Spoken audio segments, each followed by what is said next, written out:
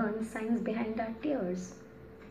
Can you tell me one common thing that make every one of us cry? Yeah, onions, talapyas.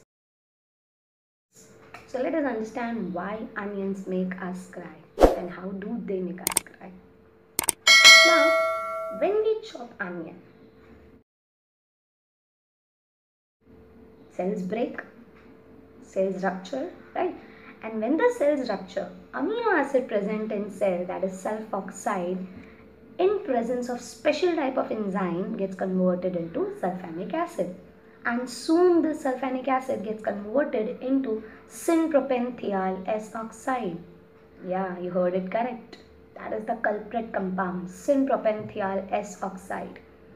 This compound is volatile.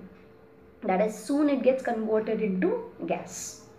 Now this gas reaches to our eyes, that is syn-propanethiol S oxide reaches to our eyes and it acts as an irritant. It irritates our eyes, and anything which irritates our eyes has to be flushed out, and that flushing work is done by our tears. So tear gland,